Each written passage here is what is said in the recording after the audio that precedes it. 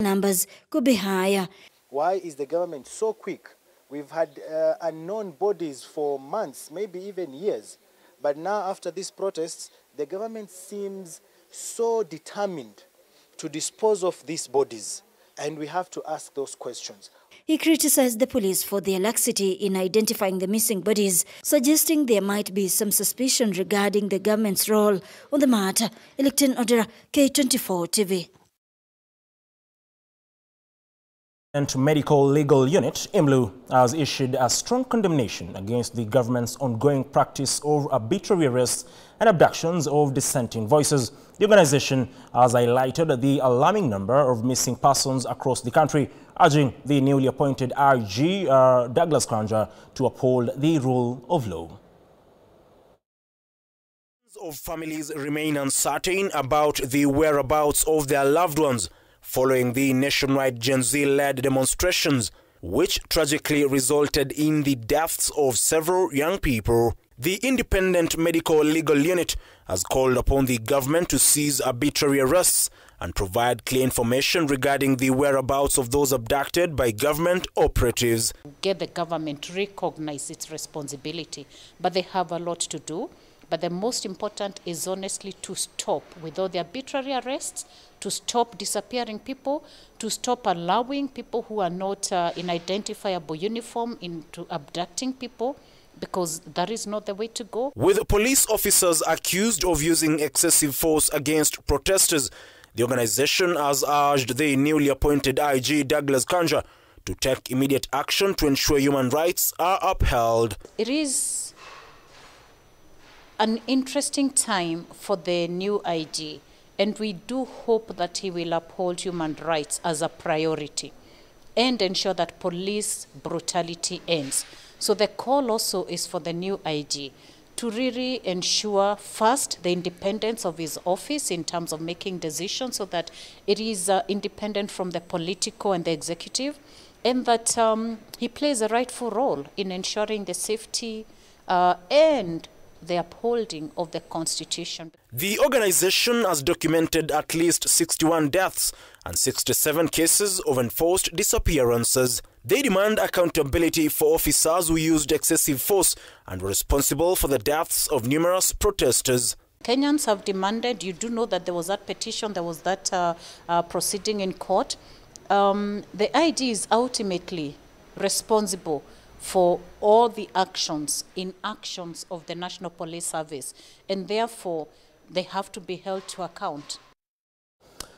Now, Jamaican reggae star Glen Washington is urging Kenyans to embrace peace and unity amidst political unrest. The artist has vowed to use his music to spread a message of hope ahead of the Africa-bound Reggae Summer Festival on 19th of October at KICC.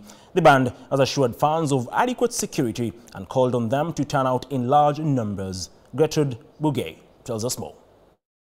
On day 2 of his arrival in Kenya, Glen Washington prepares for his third performance in the country. I'm actually in Nairobi. The Jamaican artist will perform at the highly anticipated Africa-bound Summer Festival at KICC on October 19th, alongside other artists. This has been going on, and the artists don't show up. Never let it be said that Glen Washington is a no-show. I come here to let people know that this is serious and legit, and it's going to happen, because I'm already here. My band is coming in a couple of days. Everything will be airy and right. Washington urged Kenyans to stay united during political tensions and promised to use his music to spread hope and goodwill. Let them all come out and have some fun, serious fun, musical fun, because the message is in the music. And there's a good message for everyone, positive message.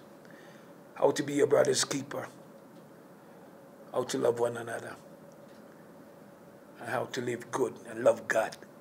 He also encouraged fans to attend the festival in large numbers, while his band assured them of security during the event. We have security and like 3 layers of security even before you get to the gate, or even before you get inside. And inside, also inside the venue, we're going to have a lot of security, police, bouncer, guards, everybody, So at least if you come to the show, just make sure that, believe that you're going to be safe. So Gertrude Burgay, K24 TV.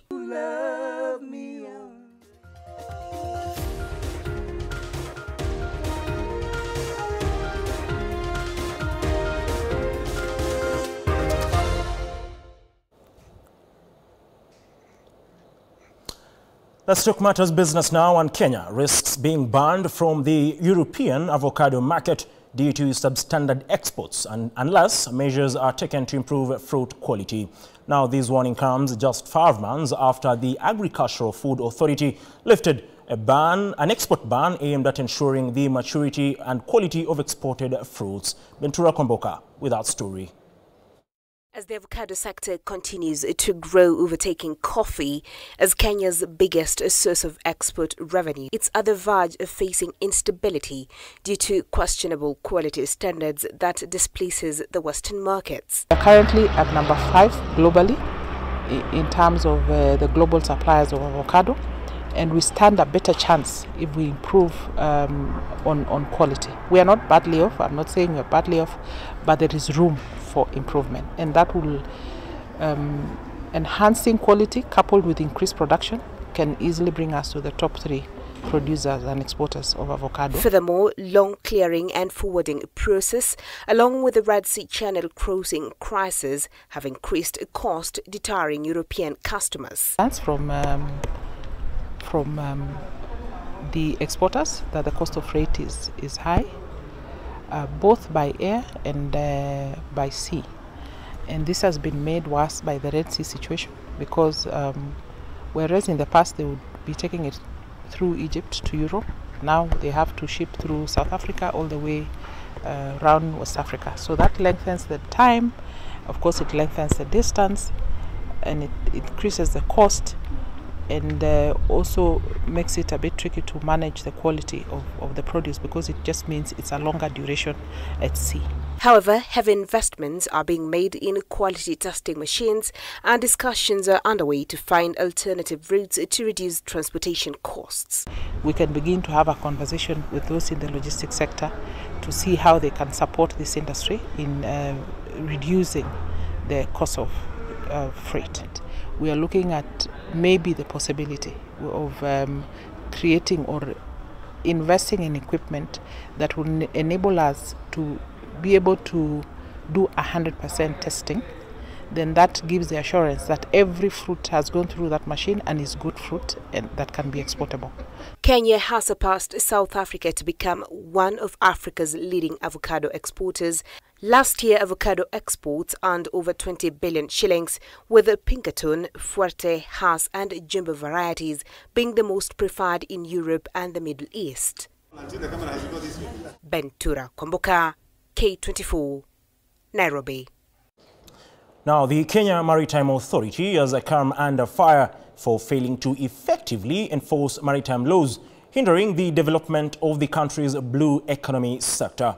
Maritime and Fisheries PS Geoffrey Kaituko has criticized the authority for neglecting its mandate, leading to years of stagnation. In a recent Blue Economy Forum in Mombasa, PS Kaituko highlighted these initiatives and emphasized the importance of collaboration among stakeholders in the sector. The forum brought together representatives from various organizations, including 4 high commissioners. Parliament recently approved regulations which we took there as a ministry. And the reason being, those regulations will give KMA now the strength to be able to implement some of the things that they warrant. In fact, the weakest link in this maritime sector is KMA in the area of enforcement. If KMA can be able to enforce some of the regulations that we have, the KMA Act of 2006, the Merchant Shipping Act of 2009, then we'll be able to realize the potential. Governors, the county government and the people of the counties are convinced that this is something that is worthwhile continuing. And of course, funds need to continue to flow. That's why from the beginning we have been promoting investment.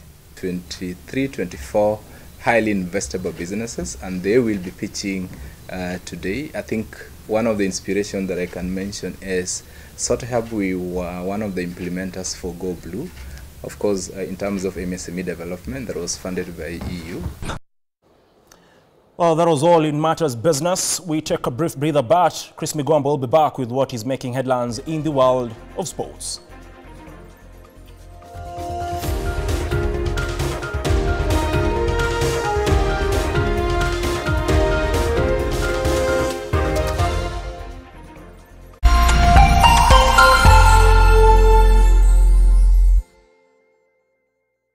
Multi bonus. Zidisha ushindi wako hadi 1,000 na multi bonus 1000%.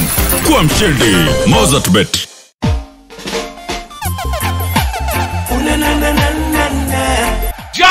Jambo Kenya. This is Glenn Washington.